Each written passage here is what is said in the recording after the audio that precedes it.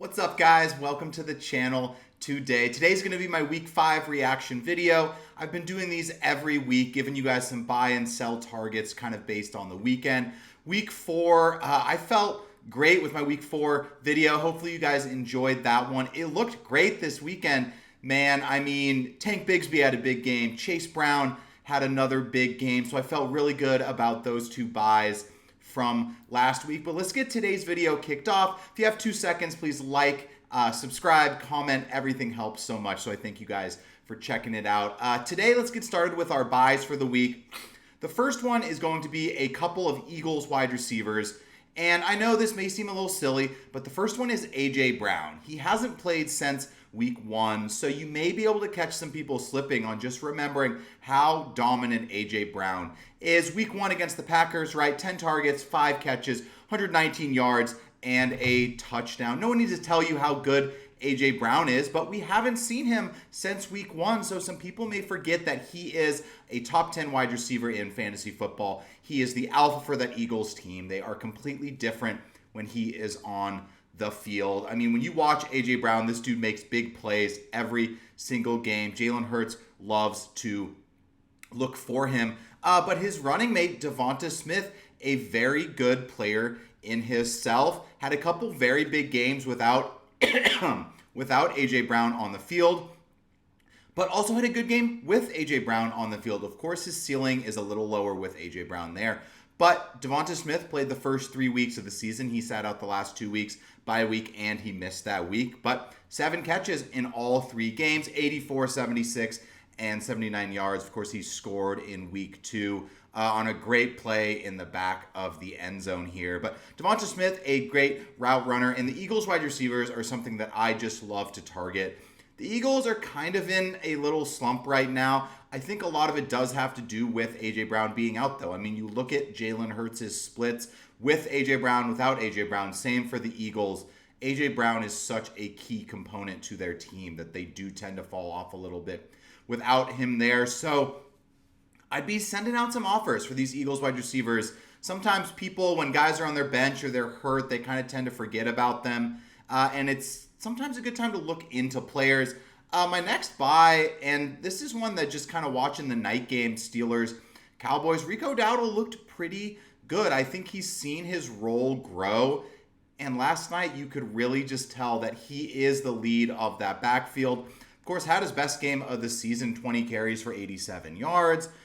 He broke 3 10-plus yard runs. I think he had 1 or 2 the other 4 games of the season. So definitely his best game. And, you know, I don't think he's some immense top 10 running back, and his numbers don't really back that up. But from what we saw last night, he becomes a playable asset for you in fantasy football right now. If you got to put him in your flex, if you have to put him as your RB2 on these bye weeks, I think he proved that in the Dallas offense, who's going to score some points, and they're going to probably have to score some points just because they are not an immensely talented defense without Micah Parsons, especially on the field. But just this year, they definitely took a step back defensively. I think you're going to have to score some points as the Cowboys, and Rico Dowdle is going to be their running back. My last buy for the week, spoke about him on Flex Friday as a guy I really loved last week. But DeAndre Swift, these past 2 games have been what people expected from DeAndre Swift to kick off the season. I just think the Bears kind of were off to a slow start. DeAndre Swift scored on the ground in both of the last 2 games, 16 and 21 carries, 93 and 73 yards. He looks good in this offense, and he's also used in the passing game as a weapon for Caleb Williams, something I like as well. And what's really important for DeAndre Swift is he has a pretty good schedule. He plays the Jags, they get a bye, he gets the Commanders, they get some other weaker defenses against running backs looking forward on his schedule over the next 4 or 5 weeks. All good things for DeAndre Swift, and I'm happy to plug him into my lineup for this stretch of games and really ride him as an RB2 type for your team. So, you know, he's had 2 big weeks. He might not be the easiest guy to buy, but DeAndre Swift has done this throughout his career. Sometimes people sour on players like that. So if you can catch an owner who is maybe paying attention to his season totals instead of just the last 2 weeks, or maybe they need someone for their bye week, they're 1-4, you know, and they need some immediate production, maybe this would be a good time to buy DeAndre Swift. One more player I want to talk about before we get to the sell section of the show is going to be running back for the Giants, and that's going to be Tyrone Tracy.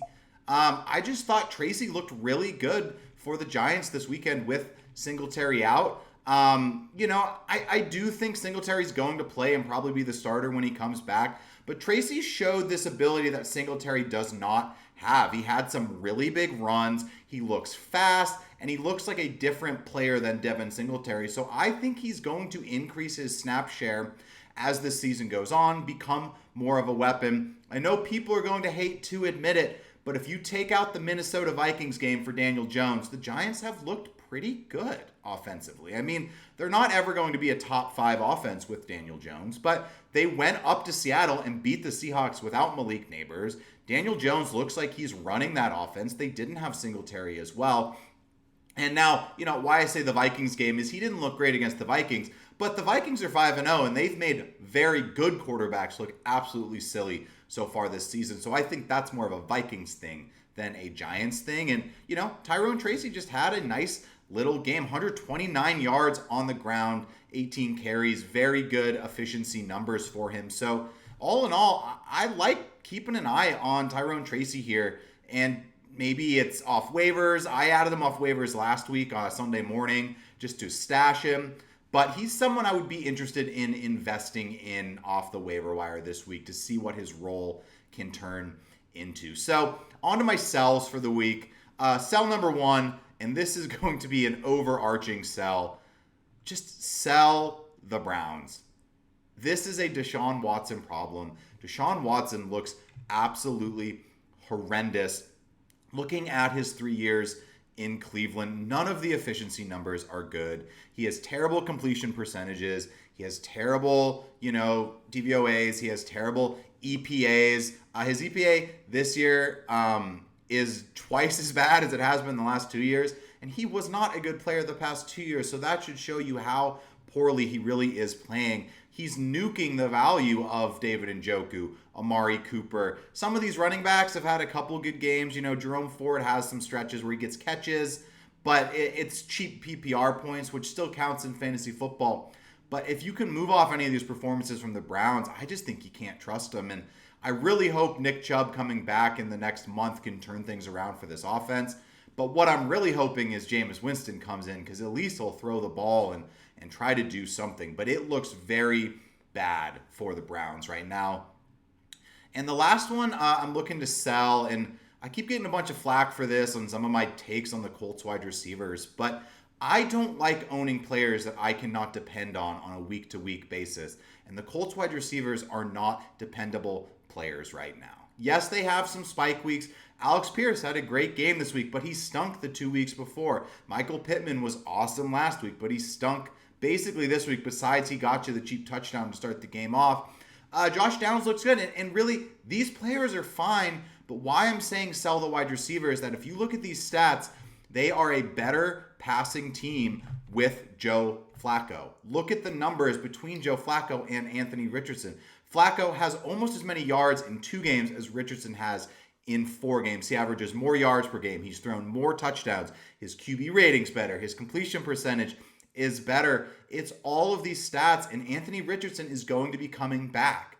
So he's going to go to more of that ground game, and these numbers are fake that the Colts wide receivers produced with Joe Flacco if Joe Flacco is not under the helm. I mean, even just look at the stats from last week. It looks like you can play these wide receivers. It looks like they have a passing game, but that is not going to be the case if Anthony Richardson is under center. I spoke last week about Anthony Richardson as a sell, just mentioning a lot of his really bad passing analytics. I'll link the video below if you guys want to go watch it. I love some of those stats. I mean, I do think Anthony Richardson can improve, but the player he is right now is not going to be fun ride for those Colts wide receivers. But thank you guys for tuning into the channel. If you have any questions, shoot me a comment below. If you haven't already, please subscribe. I know a lot of you guys watch these videos, but a lot of you have not subscribed that watch these videos, so I'd love to get you on the channel. I'm trying to help you guys win your league, but thank you guys for tuning in, and have a good weekend.